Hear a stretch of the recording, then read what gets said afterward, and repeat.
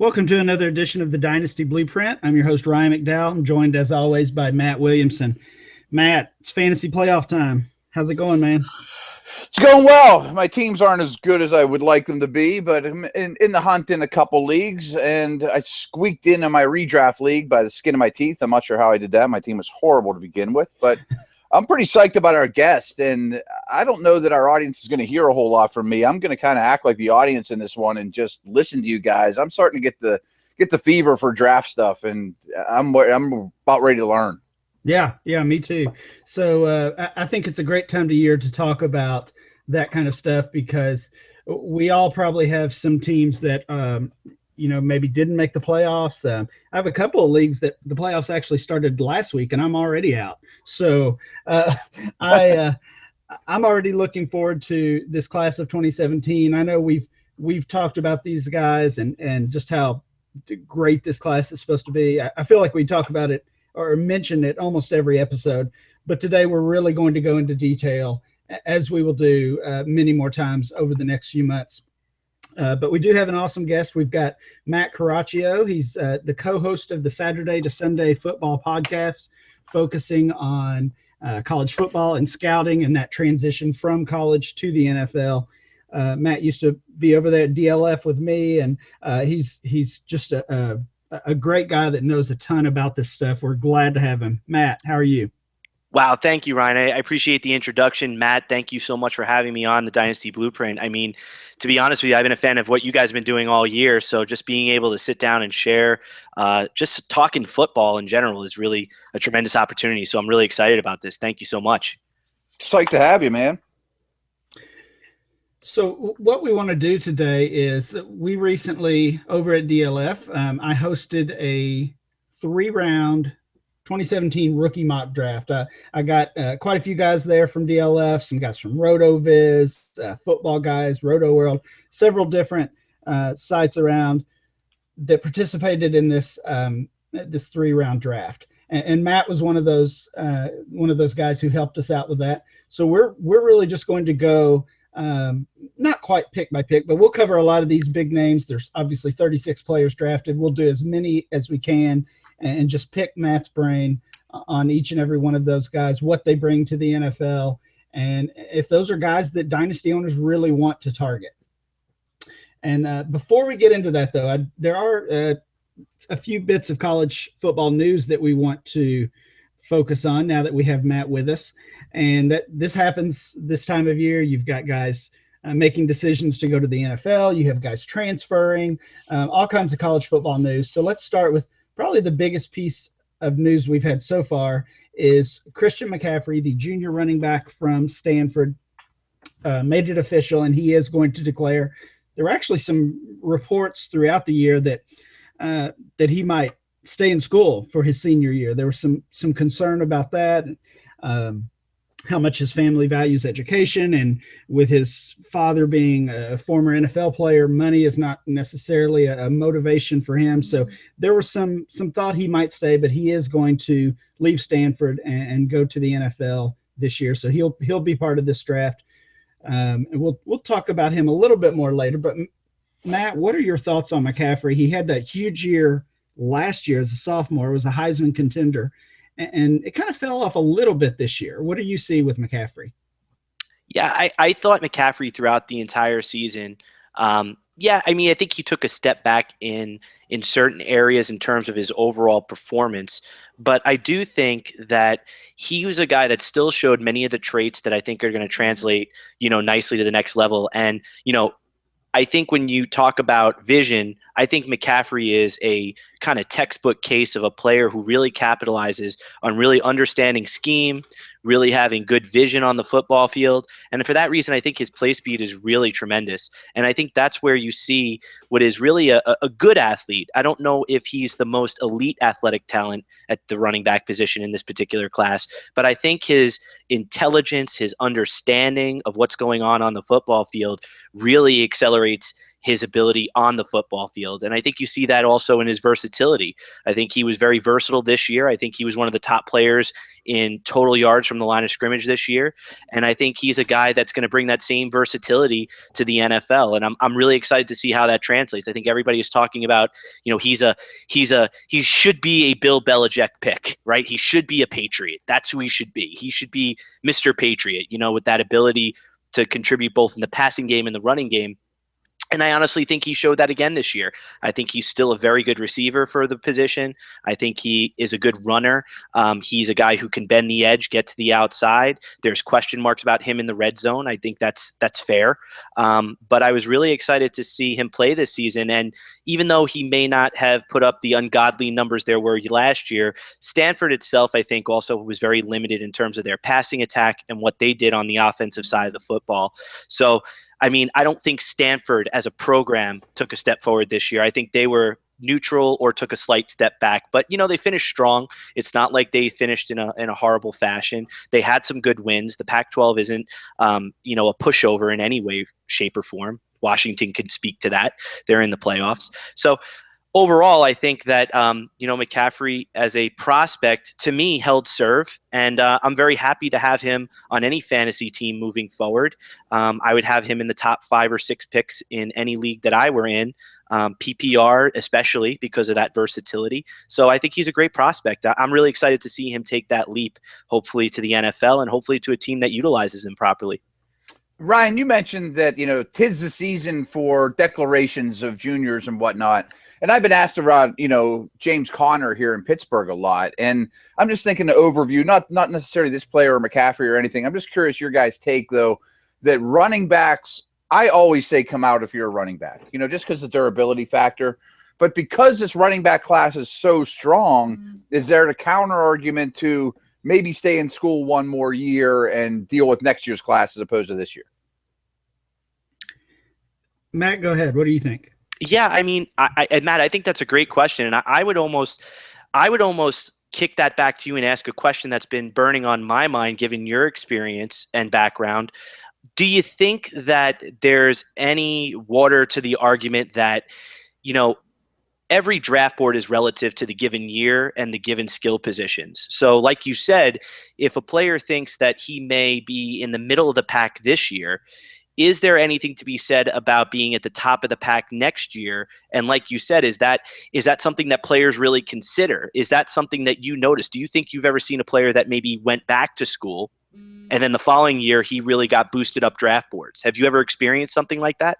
Certainly quarterbacks. I mean, there's no doubt. I mean, another year of experience is really, really good on a quarterback's resume. But for running backs, I don't see it. I mean, even if this class is historically good, and I'm James Conner, and I would have went in the 3rd round in most drafts, and I go in the 5th round of this draft, I still go, because the chances of me blowing out a knee or, that much more punishment I would stand. And what's really the difference in money between 3rd round and 5th round? It'd be different if it was top 10 pick as opposed to a 2nd or 3rd rounder. But in most cases at running back, I'm coming out in almost no matter what. Yeah, I agree. I think those guys have, they have to come out. I think there's something to the theory that your body has only, so many carries or so many hits. It can have. And, if those are hits at the NFL level, carries at the NFL level, obviously you're getting paid for those. I think any running back that, that has a chance really should be in this class or should come out as soon as they can, I guess. And, back to your all's point, we've seen it go the other way. We've seen, especially, Matt, I know you said you've seen quarterbacks who have boosted their stock, but we've seen guys like Matt Barkley. He was supposed to be the the number 1 overall pick, and he went back to school and fell way down the boards. I can't even remember what round he was selected in, but it certainly wasn't the first overall. So we've seen those things go both ways. No doubt about it, Ryan. But I have one more point on that. Is I think it's easy to say Leinart, Barkley, whoever, that guy was going to be the first. He would have been the 1st round pick or 1st overall pick, but they haven't really dug into him yet. I mean, we all know that he comes up with. Once he actually is declared and is in the draft, all of a sudden you start to see a lot more warts coming back from scouts and, I mean, it's easy to say, boy, he'd be in the mix, but I'm not sure it's always the case. Yeah, I agree, and that's actually a perfect segue to our next topic. We want to talk a little bit about D.D. Westbrook, the Oklahoma wide receiver, who had just had a fantastic final season, and now now that we're starting into this draft time where all these players are analyzed and overanalyzed, now the negative things are coming out. So reportedly, there's concerns about Westbrook's size, his durability. He did get hurt in their last game against Oklahoma State. Matt, are those things that worry you about Westbrook from what you've seen? Yeah, I mean, D.D. Westbrook was a guy that I got kind of hip to a little bit later in the season, and it wasn't for a lack of production or highlight reel type catches that I've seen on ESPN. It was more or less a type of availability and time constraints. I just hadn't had a time to watch him. So in the last week or two, I noticed that his name was obviously kind of climbing into the Heisman candidacy. He's now one of those 5 final players. So I had a chance to go back and watch him. From the wide receiver position, from what I think of him, and again, it's not a total evaluation, but my thought of him is I see him very much in that same role potentially on a team as like a John Brown or a vertical threat, like maybe like a Tyler Lockett, where I think Tyler Lockett is maybe a little bit more of a well-rounded receiver, but D.D. Westbrook to me seems like a guy who needs to work in space. There wasn't really much exposures that I could find where he's working against press coverage and the types of situations that you might see at the next level. So for me as a player, I see a great vertical threat. I see a little bit of precociousness and advances as route running ability. I see him definitely aware of coverage and where the leverage of the defender is and trying to get that guy to bite, let's say, on getting him to bite on a double move or a mid-stem move. So seeing him being able to do that, there's definitely a smart player there who has an understanding of the game, but I didn't get enough exposures of him going over the middle of the field in congested areas where a linebacker is going to really be able to kind of tee off on him, and he's got to make that kind of bang play and catch the football, let's say, for a chain moving 3rd and 3 or 3rd and 4 type reception. He played in the Big 12. The Big 12 is notorious, as we all know, for being very lax in coverage and defense. And he had a lot of off coverage situations. And a lot of that was him just trying to just push that cushion of that defender by just accelerating. And he could do that. He's a fast player. But I just didn't get a great sense for how he's going to work in those physical one-on-one scenarios. I'm concerned about that because of lack of examples and observations. And to see other analysts, kind of mention it doesn't make it true or false. It just makes it a question that I think we all got to kind of answer as we go through this process. Matt, one thing along those lines that I learned when I was, with the Browns was I spent, several hours with each position coach right after I got hired. And one thing that the receiver coach really stressed, and you learned, hanging out with other scouts, was watch every snap at the college level you possibly can of tight press man coverage, because there's just not many of them out there, and value those snaps as an analyst as much as you possibly can. It'd be one word of advice to you. Yeah, I agree with you, Matt. And that's something that I really wish I had more of for him as a player, because that was something I couldn't answer. And it's going to be a physical game at that next level, especially with those press corners and really getting off the line of scrimmage. And that was the one area I wasn't really sure about. And we saw that a little bit last year with Josh Doxson. Press coverage, really tight man coverage along the sidelines. He could get redirected and pushed out of bounds. So, you're right. 100% you're right. I really have to look forward to that as I kind of do more work. All right, let's get into the actual mock draft that we did. Again, it was 3 rounds and 12 owners in this draft. So before we go into some of these specific players, Matt, I want to know from you, and this is one of the big questions on my mind as I do these mock drafts and just really think about this class.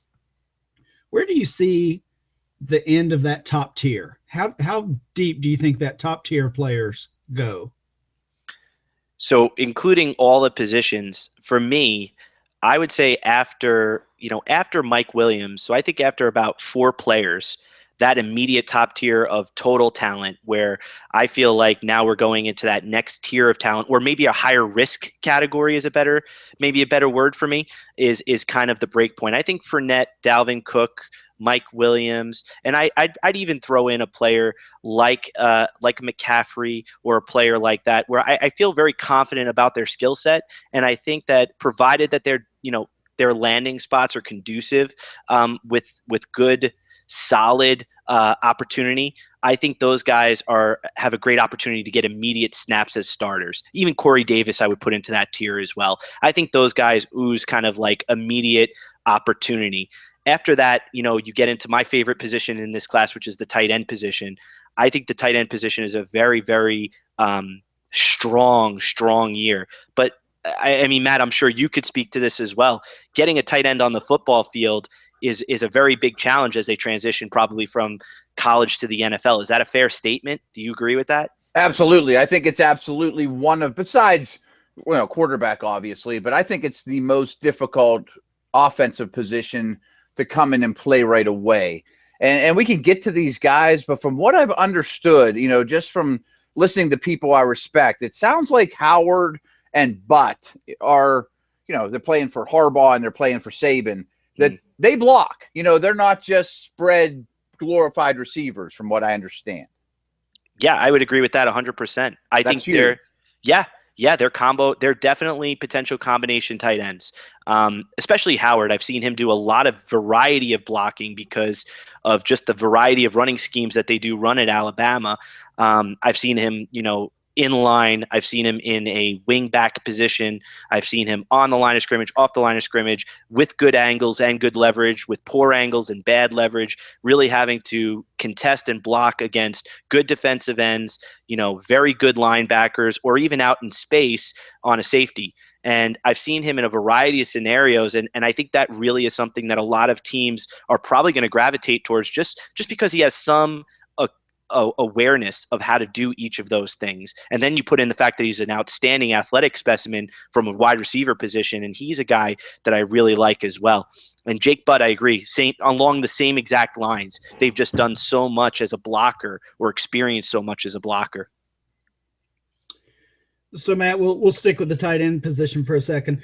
We talked about O.J. Howard, Jake Butt. There's also Evan Ingram, who in our mock draft, he was actually the first tight end chosen in the early second round. And then there's also Bucky Hodges from Virginia Tech, who I think is pretty well regarded. Both Hodges and Ingram, there's been talk that maybe they could just switch to a wide receiver position, kind of like Matt said, just playing a glorified wideout.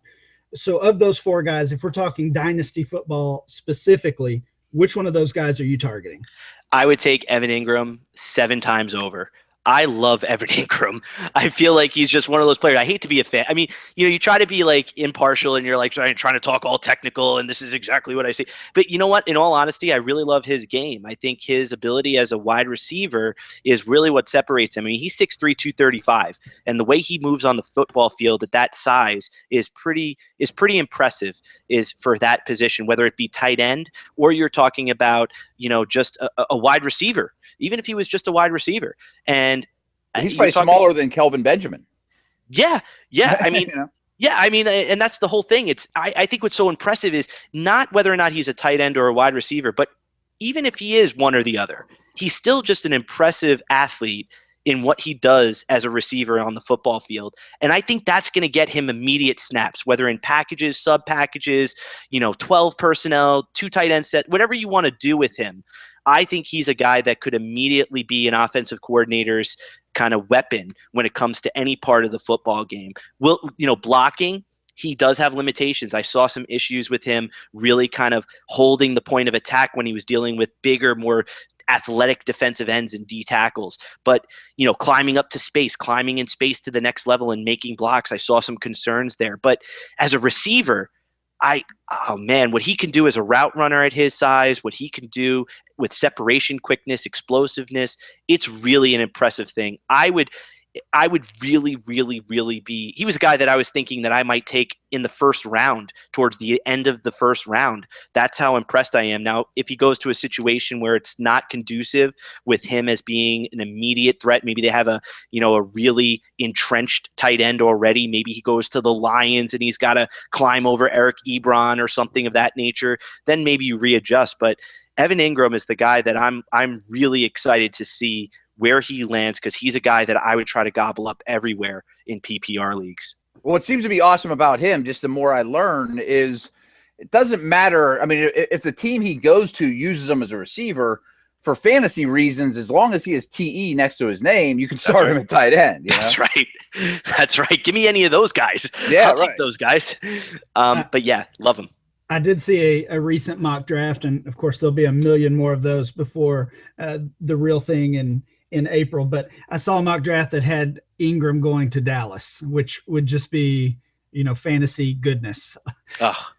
Well, because I mean, he not only does he have an awesome veteran in Jason Witten there to kind of shepherd him into the NFL lifestyle and, just lifestyle and overall play style. I mean, but he's also there immediately with an established offense. You can't really lock onto him. He'll have an opportunity to go one-on-one with linebackers, and I think he's going to be lethal when that happens. And he'll be that type of guy that can really make an immediate impact at the next level. So yeah, he was a guy, honestly, to be very frank, complete disclosure, he was a guy that I was almost a little bit upset that I didn't have an opportunity to get in that draft. I thought for sure in that round he might have dropped a little bit to me and I can just get my guy, but it didn't happen. Somebody obviously got him a little bit before me. Ryan, before we get to the receivers and other positions, I just want to tell people about Harry's. We got a couple of seconds just to tell everybody about Harry's. Yeah, absolutely. All right. I shave with them every day now. It's fantastic. They have a holiday thought starter kit going on right now. Guys can be hard to shop for. And for you that don't know, I mean, they make razor blades. They make fantastic razor blades at a cheap price. It's fantastic. But talk about finding the right gift for a guy and that can feel impossible. How difficult it is to find something that a thoughtful gift, but is also useful and practical. Well, this is it. That when what you love most about shaving with Harry's is I have really sensitive skin and it doesn't bother me at all. I used to use an electric because of that, but it wasn't as close. These blades I get a lot of use out of. They're very well manufactured. They're phenomenal. They have a limited edition set and special offer going right now too. If you haven't heard of them before, Harry's was started by two best friends, Jeff and Andy. They were fed up with being overcharged for razors, so they started their own razor company to give people what they deserve, a great shave at a fair price. And Ryan, I had a conversation with the Harry's people a couple of weeks ago. They have this huge factory in Germany that there's like a restored, I think they used it for the war and things like that they restored just for these razor blades. Really cool. And they're offering a limited edition shaving set right now. Midnight chrome razor handle, where you can get engraved with your initials if you want. 3 of Harry's German-engineered 5-blade cartridges that provide a close, comfortable shave. Foaming shave gel that smells amazing. I can confirm that. Beautifully designed gift box goes for $30 on harrys.com. They also offer handles and sets starting at just $10 if you want to try, if you haven't tried Harry's for yourself. But there's a special offer. You get $5 off when you use our code Dynasty at checkout. You got to do it. This ends on December 9th, my dad's birthday, by the way, in case you want to get old Terry Williamson something for his birthday before we go there. Go and enter the code Dynasty, get $5 off. That's harrys.com, Dynasty. Let's move back now to the top of the draft. I think there's, Matt, a kind of a growing debate between a pair of running backs and which one really should be the top dynasty asset. Of course, I'm talking about Leonard Fournette, the LSU running back, Dalvin Cook, the Florida State running back. Fournette's already made his announcement that he is actually declaring. I don't think Cook is going to stay in school, but he hasn't made it official yet.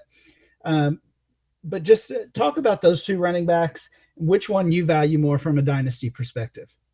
You know what? It's ironic because I don't know. I mean, this is kind of one of those admitting, like, I got to admit the truth here. I had one of my teams actually in a dynasty league is in the process of kind of rebuilding. So I actually ended up with the first overall pick as I started to kind of trade away assets to garner more picks, this, that, and the other thing. And I have the first pick, and I am in quite a dilemma here. In terms of Leonard Fournette and Dalvin Cook, I watch Dalvin Cook. I see that explosiveness and that versatility in the passing game. I see that ability to really break off those big runs. He's got that burst and home run type speed that you want to see, I guess, to take a single run and stretch it into a touchdown. And then with Leonard Fournette, he's not without long speed. He does have long speed and good burst, but I don't think it's at the same necessarily level as Dalvin Cook. But his size and his ability to break tackles and his ability to really get small between the tackles for his size was really pretty impressive to me. And he's got that. I mean, I know it sounds silly, but he's just a guy that I think at the NFL level, I think his body is built to withstand the punishment of being that 20, 30 carry back that you just have to kind of line up behind and kind of salt out a game, or even just dominate an opponent that doesn't really have a great run defense. I think he has that type of durability as a runner. So it's tough. It's tough for me. I think if I had to choose in a dynasty, strictly fantasy perspective, I may be more inclined to go Dalvin Cook because of that versatility as a receiver out of the backfield. But it's going to be a challenge for me. I'm still weighing my options, to be honest with you. I'm more inclined in my leagues to go after a guy who I think is going to be a receiving threat as well as a good runner. And that's what I think Dalvin Cook can bring to the table at least a markedly higher level than, let's say, Leonard Fournette might be able to.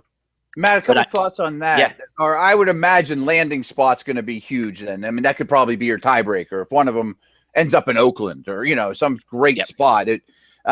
Comparing it to last year, I'm not comparing these prospects to Elliott, but it sure seems like, you can make a case for either one at one, where clearly Elliott was going first in every draft. Is there as big a gap from Elliott to the number 2 pick last year as there is from 2 to 3 this year? No, I don't think there is as big of a gap at all. I think actually, excuse me, let me rephrase that. I think there is not a large gap between any of the top 3 players at the running back position, or even the top 5 players, as there was at the running back position last year between Elliott and the next best runner. So I think Elliott was, even he was in this class, I think Ezekiel Elliott, for me, might have fell behind some of these guys. And I know that's blasphemy. I know that people will reach out to me and tell me I'm crazy. But, I mean, just trait by trait, skill by skill, I think there are guys that might eclipse Elliott in certain categories, but Elliott has him in other categories. So it would have been right there. I think Elliott would have been a top 5 guy for me, but I'm not sure he would have been my number 1 this year. Yeah, I agree as far as the depth of that top tier. And that's really why I started with that question. I wanted to see what your thoughts on that were. And we'll see if all these guys actually declare. Cortland Sutton, the wide receiver from Southern Methodist, of the guys that were taken in the top half of the draft, he's the one that I could certainly see him coming back or going back to school. He's a redshirt sophomore. His coach just signed an extension. He's not going anywhere, even though he was kind of a hot name in the coaching searches of some of these bigger schools. Mm-hmm. So I could see Sutton going back. But if all of the guys come out, including Sutton, I think you can just throw the top 6 or 7 guys in a bag and pick one as of right now. So that is why, the combine and especially the draft, where these guys actually end up is going to play just such a huge role this year in determining the exact order within the tiers. So let's move over to the receiver position for a second. In our draft, Corey Davis went at the 1.03 pick. He's the Western Michigan receiver. Sutton went 5th. Mike Williams of Clemson went 6th, and Juju Smith-Schuster went 7th overall. So if those 4 receivers do come out, who do you like of that group? And just what did you see from any of those guys that stood out to you? Yeah, I still think that I'm going to be, kind of riding that train or that train for Mike Williams. I really like Mike Williams as a prospect. I think he's got long speed. I don't think Matt, can I stop you real quick? Yes. It seems to me as an outside observer that most, Todd and Mel and these guys have Williams as the top receiver coming out. Is it kind of shocking that he fell all the way to 6 in this draft?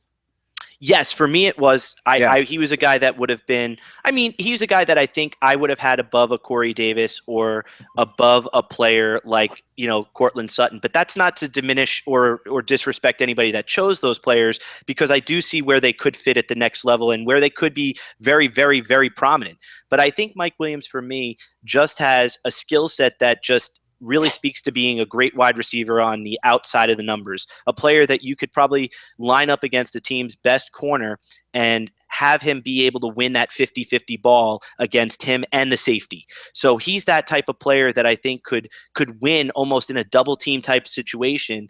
And I think Cortland Sutton can do that, but I don't think Cortland Sutton necessarily is a polished route runner as Mike Williams. I think Corey Davis is a more polished route runner than Mike Williams, but I don't necessarily see that body control, vertical threat type of receiver that's going to be able to win against 2 6-foot or 6'1" DBs. So, I mean, I don't necessarily think that those guys aren't going to be successful, but I think Mike Williams really speaks to being that true on an island type of wide receiver that could go to the next level and be that quarterback's go-to guy in the red zone, 10 yards out, has to make that throw and just lay it up there on that fade and see if he can go up and get it. And he just speaks that type of level of consistency to me from what I've seen in college. So that's what I think of Mike Williams. I'm on that train. He's the more prototypical number one, in terms of attributes of all these guys. I think so. I would think so. Okay. I think that's kind of how I kind of let the dust settle, because I think there's a lot of talented wide receivers here for sure. Matt, we've had this conversation before. I think actually when I was on your all's podcast a few months ago. But Corey Davis at Western Michigan, Sutton at SMU. Those guys are not. They're just not playing the same schedule as some of these Power 5 schools. Does that concern you? That level of competition? Does that take away anything from the type of prospects they are? For me, I think there's gonna be it has to be noted. I don't know if I necessarily will swing an evaluation entirely in my eyes in one direction or another, because I think if you kind of deconstruct the position into the traits that they have, how do they look on change of direction? What does their separation quickness look like? What does their route running look like? How do they catch the football? If you deconstruct the position, I think, into the traits that make it up, and you try to match up players trait by trait, I think you can somewhat mitigate that level of competition to some degree. But I think for those players, seeing them on the All-Star circuit, at the Shrine Game, seeing them at the Senior Bowl is really going to go to great lengths in swinging or finishing the evaluations on those players, because you're going to have a chance to see them against top defensive backs that are NFL caliber, and you're going to have a chance to see if what you saw in the preseason or saw against a team that wasn't, let's say, of a caliber of an Alabama or an SEC style team. I think you're going to have a chance then to better understand whether or not those traits that you thought were very strong are still strong, or if you've seen that there's some weaknesses in their game.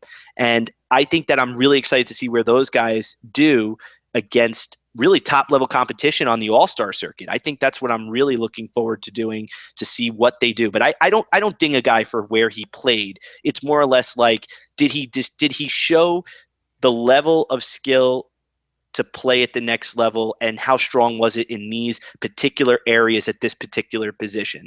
And if I think it's a very good one and comparable to a player in a different division that's stronger and tougher, then I guess so be it. I mean, I'm still learning, this is all still new to me. I mean, as I'm learning through this process, Matt, you could speak to that probably just as well. How did you go about breaking that tie? If there was a player that you really liked that was on a small school type circuit in a non-Power 5 conference versus a player that was in the Power 5 conference, how did you begin to parse that out or tease that out?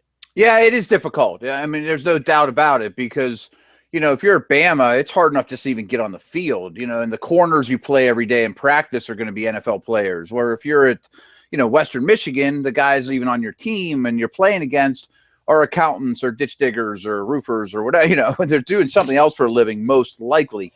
A couple notes. I would imagine, that Davis and Sutton, they wouldn't be in this conversation, but I assume they dominated the people they played against, that they were consistently the best player on the field. And if the answer to that's no, then I'm really worried, that if he's a great physical specimen but can't beat up on Akron, who I was director of football ops, I'm just throwing them out there. I'm not throwing them under a bus. But for example, like my first year with the team, I was with Duquesne, and we had a corner named Lee Bodden who played in the league 8-10 years. And he was by far the best player in our conference. I mean, a tiny little school. And Lee had to play 70% and still shut down anyone we wanted. Like when you watch the tape and you say, boy, I mean, he's so much better than everyone else out there. I think that goes a long way. And then certainly the Senior Bowl and the circuit after, I think has a lot to do with it too. Yeah, and another player that comes to mind that's going to be interesting to see since we're on this discussion is Taywan Taylor from Western Kentucky. He kind of falls into that category as well because I watched him against Alabama this past season, and I had a chance to watch him, and he was taken away for a good portion of that game until he finally broke out later on in the actual game itself. So it made me wonder, like, how is he going to do now as kind of this process begins to come to a close on the All-Star circuit? I just think what happens sometimes is we as dynasty players, maybe even as fantasy football writers, sometimes we just try to, we outsmart ourselves by trying to find this next hidden gem and plant a flag on somebody that nobody else has even heard of. And sometimes that works out. Sometimes that small school guy comes out of nowhere and, we can pat ourselves on the back. But a lot of times, that just goes nowhere. And I don't think that's the case with Davis or Sutton or even Taywan Taylor. But, I think it's a long off season. Yeah. January and February and March, and, dynasty owners are sitting around and just trying to fill their time sometimes. And we just come up with these scenarios that are just not very realistic as far as some of these players hitting. But let's get back to the draft. Our first round finished up with, we had McCaffrey going at 8. We've already talked about him. 9, 10, 11, 12 were Royce Freeman, the running back from Oregon. James Washington, Oklahoma State wide receiver. Alan Lazard went 11th. He's actually already made his decision to stay in school, so we're going to skip over him. And then John Ross, the breakout wide receiver from Washington, went 12th. Matt, anything stand out on any of those guys to you based on what you've seen or from a dynasty perspective between Freeman, Washington, and Ross? I think out of all those players, I think I'm very excited to take a chance maybe on James Washington. I like James Washington, and he's a guy that plays, bigger than his size. He's not a huge, physical specimen, but he's one of those players that a lot of people will attribute or liken to a Steve Smith Sr. type of player, that he could play physically outside the numbers. He's good against the press. He's good in 50-50 ball situations. He's got definitely some thickness to him from a physical perspective. He's not a diminutive, lanky wide receiver. He's got some physique to him. And he's a guy that, is explosive in and out of his breaks. I think his route running is something that's still developing, but he's a guy I'm very intrigued by, especially as I move forward and kind of do a lot more work on him. But a lot of the time that I've watched him, I'm impressed with what he can do given his size. And, he looks like a player to me that could be a very versatile offensive weapon for a team that loves to run, 3 and 4 wide receiver sets, which is most of the league. So, he might have an opportunity, I think, to really kind of come on as the draft process keeps going. Let's get into our second round now. And we've already talked about a couple of these guys. The first pick of the second round was D.D. Westbrook, the Oklahoma wide receiver again. I've seen him in kind of that late first round, early second round range. That's a little rich for me. Evan Ingram, you already mentioned him, went 2.02. Big heart around him. Big heart. Exactly. Put a star by his name. The third pick of that second round was Deontay Foreman, the running back from Texas. He's already declared. I believe he led the nation in rushing this year. He had over 2,000 yards. Not quite an out of nowhere season for him, but I didn't expect that type of production, especially as much as we saw Texas struggle this year. What are your thoughts on Foreman? I know, again, I think this might balk at what a lot of people are going to say, but when I watch him, I see a player that might be being pushed up a little too high for me.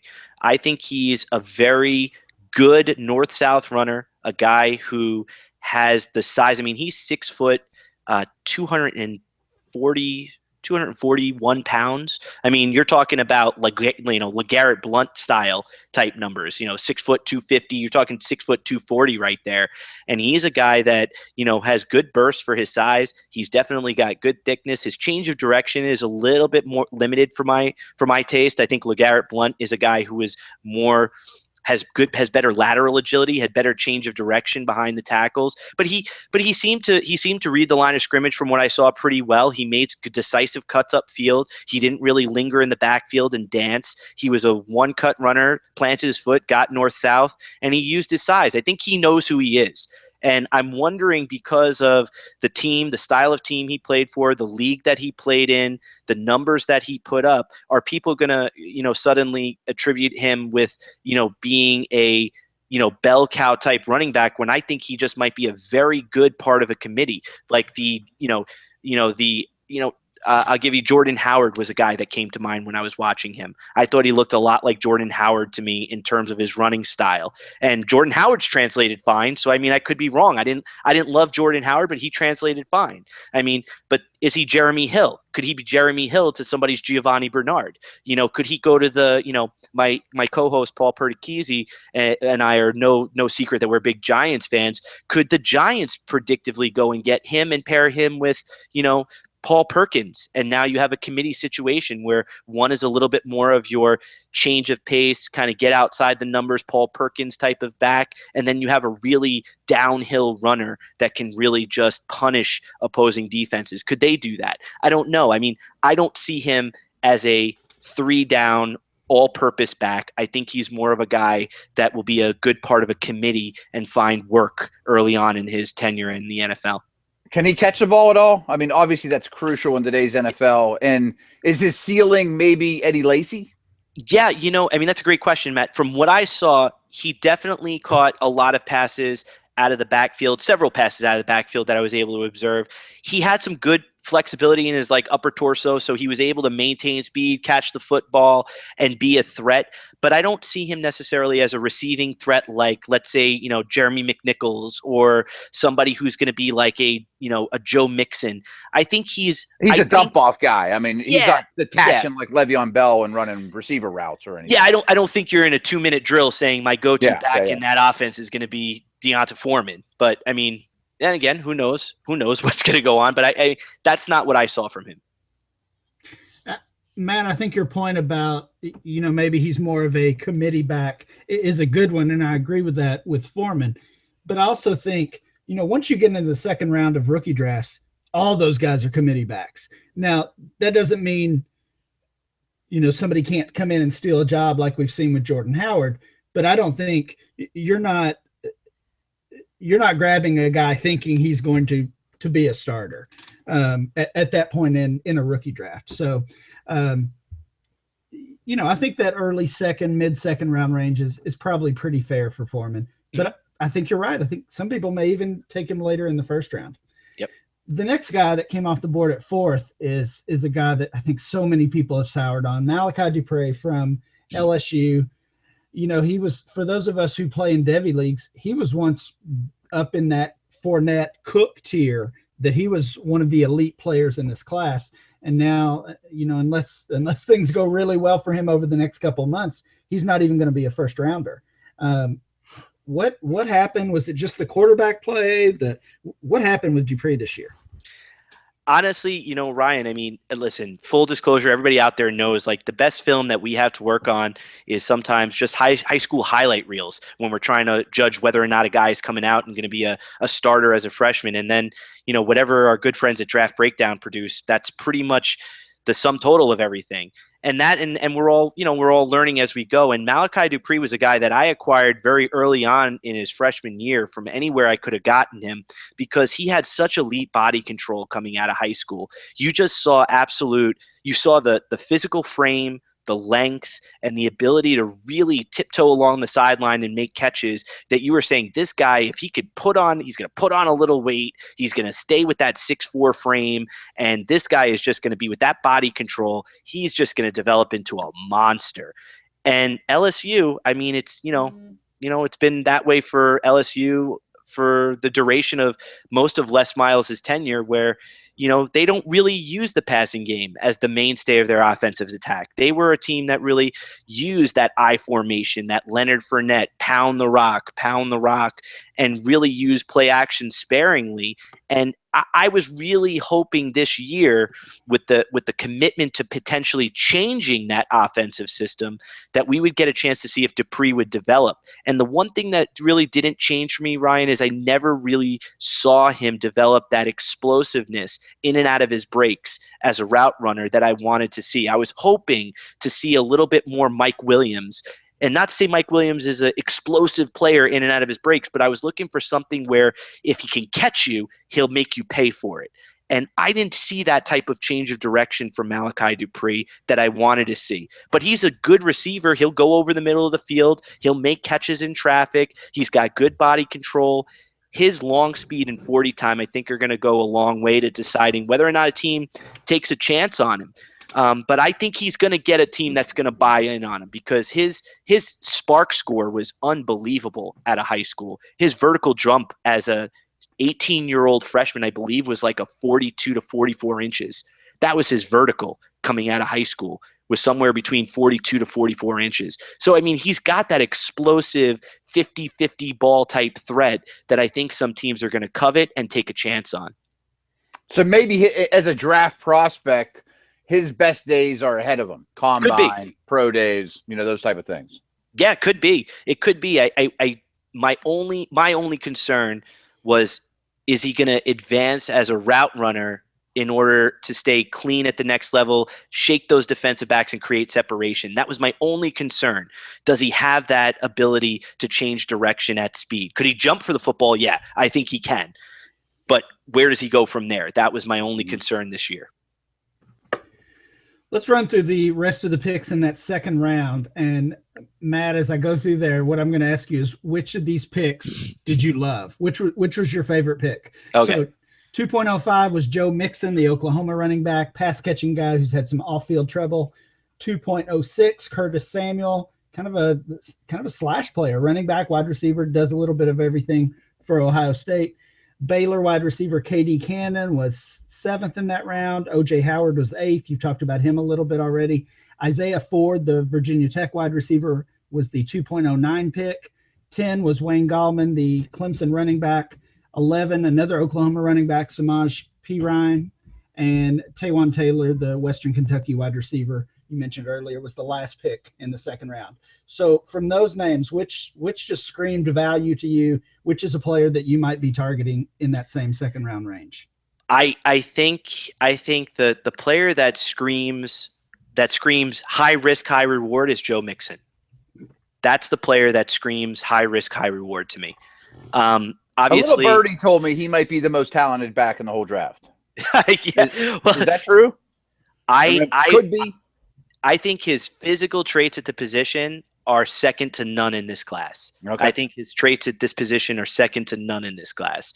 I think it's going to come down to football character and whether or not an organization feels that he's moved on from any concerns off the field, and we'll see where that goes. But he's a high risk, high reward pick in that round that I think is great value to take there, because if it works out for him, and I hope it does, I mean, it's a horrible situation that we're in with this, but if it does work out, I think he could be a very, very good competitor at the next level. If it doesn't, you may end up being a player that is of no value. Who knows? And Mixon is a junior. I think he's a redshirt sophomore, maybe. He is not declared. Same thing for Perrine. Excuse me. He is not declared. KD Cannon has not declared yet. So a lot of these guys were still kind of waiting to see. Matt, the answer there was Wayne Gallman, who I got with the 10th pick. That was my pick.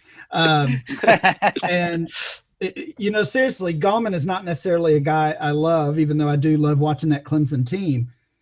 but he's a guy that in these some of these mock drafts that I've seen and that I've read, he's a guy that usually goes at the end of the first round Mm-hmm. in these rookie dynasty mock drafts. Mm-hmm. And so to get him at the end of the second felt like a great value. What do you think about Gallman?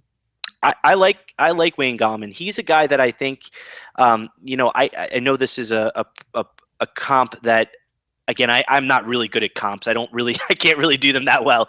I hate them. But yeah, I mean, it's just not something. But to just give maybe a context, to give you a frame of reference, he was a guy that really much reminded me of a better runner between the tackles version of a Kenyon Drake, in the sense that he could be very versatile as a pass catcher. He could also be a guy that can run between the tackles. I think he was better than Drake was at Alabama between the tackles. I think he's got great competitive toughness between the tackles. If a guy is tackling, you see those legs pumping like pistons to drive forward for extra yardage. He's not a guy that ever gets stopped in his tracks, at least reluctantly, never gets stopped in his tracks. He's a guy that I think at the next level, I could see him being part of a committee. He was actually one of the last guys, Ryan, if this makes you wonder where my head was at. He was one of the last guys in my mind that I thought could be a 3-down back. He was one of those last guys in my mind that I said he has the versatility and skill set to be a 3-down competitor. It's a matter of, does it all come together for him at the next level? My concern with him was he made some poor decisions at the line of scrimmage. His decision making in between the tackles at times, it seems like he would try to run up the backside of his guard when the hole was clearly closed. Was that an aberration? Was it not? These are things that you want to. I wish I had like all 22 film to look at, and really see what I could see, but. That was my concern, was decision-making, vision.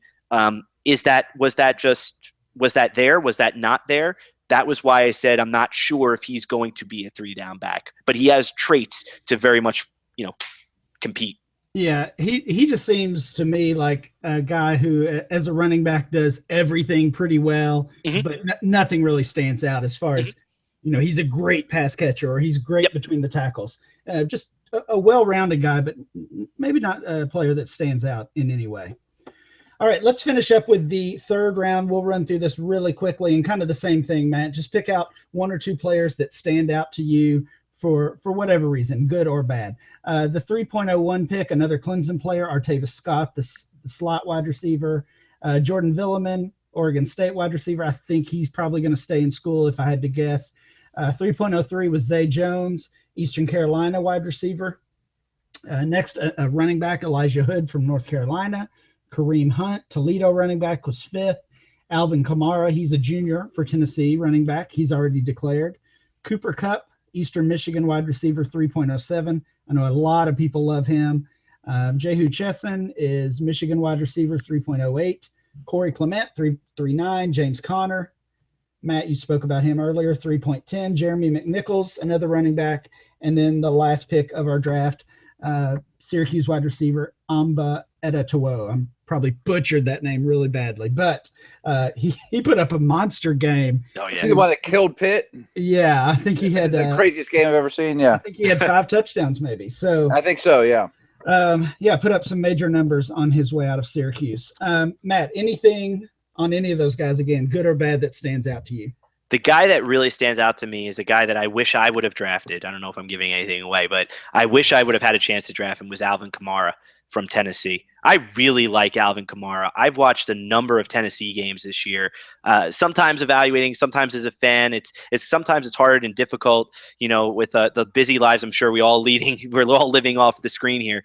Alvin Kamara is a guy who I just watch, and Jalen Hurd and all the issues surrounding him this year, his injuries, and obviously his, leaving the team this year. Kamara, I had a chance to watch very frequently, got a lot of work, and he was a player that ran very well between the tackles, showed very good skills as a wide receiver.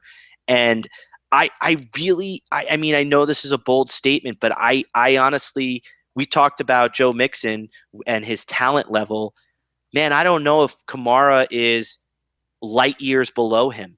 I think Kamara could be right there in terms of athletic ability as any other running back in this class. And he just happened to be sitting behind a 5-star recruit like Jalen Hurd, who, Tennessee, for the most part, was very hell-bent on giving the football on every down to establish their passing game, and they didn't use that versatile kind of multifaceted back that Kamara was, but he runs tough. He pushes the pile. He's a guy that I think can take a head-on tackle and fall forward for extra yardage. He's a very, very, very intriguing talent that I wouldn't be shocked if teams begin to fall in love with him more and more as this process goes on. He's a guy that I'm earmarking somewhere and everywhere just to see what happens. And if his landing spot is great, he's somebody that I would definitely advocate to try to take a chance on.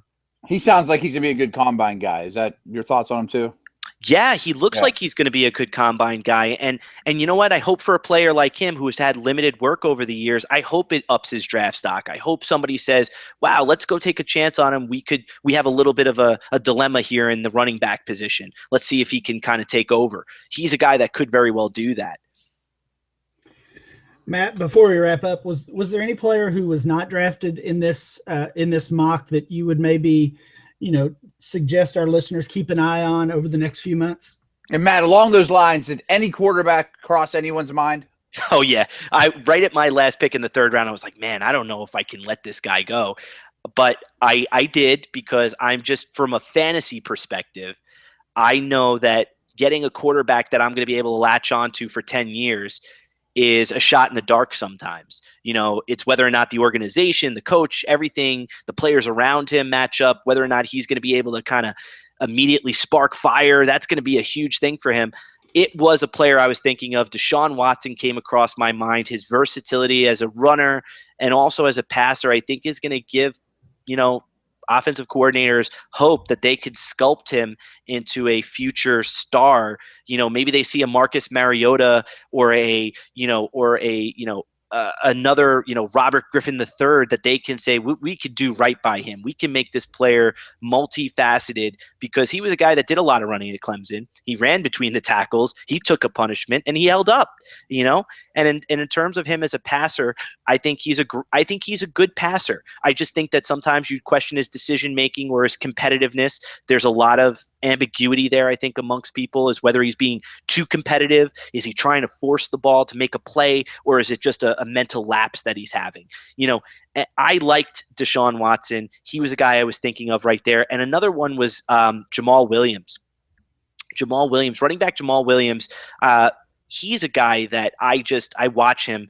His change of direction, the tightness within his feet, which he can change direction, speed up, slow down, burst, acceleration, size. He's a guy that I think is very intriguing. He was a guy I was jockeying between him and Deshaun Watson and my pick at that round. And I really just erred on the side of caution. And I said, here's a guy that I think is going to have an opportunity to play. And I think the position is a little bit more safe than, let's say, a running back position or a quarterback position. So I went with a guy that I liked. So that was that. All right. Well, Matt, thanks so much for joining us today, giving us some great insight on these college players. And as I said, we'll have so many more shows focusing on this 2017 rookie class. We'd love to have you back sometime soon. Before we do call it a night, just tell our listeners where they can find your work. Sure. Thank you, Ryan. Matt, thank you so much for having me on this evening. You can find any of this type of chatter. We do this at the Saturday to Sunday Football podcast. You can find it at SaturdayToSundayFootball.com. The number 2, not spell out the number 2. And, we're trying to do a weekly podcast. We tried to keep up all college season. We did one for each week, previewing as well as recapping with an NFL rookie report. And we're really trying to stay as far ahead as we can, given our resources, with the players that are on the horizon. The stars of tomorrow today is kind of our banter. And my co-host, Paul Perticchese, is a guy that I know he works with you, Ryan, at DLF. And, we're passionate. We're passionate fans. We love the game. And we really hope we bring that type of energy to each and every episode. So please reach out to us. You can find me on Twitter at Matty_OS. And you can find my co-host, Paul, at Paulie23NY. Thank you so much, guys, for having me. All right. Thank you, Matt. And we'll be back next time with more Dynasty Blueprint.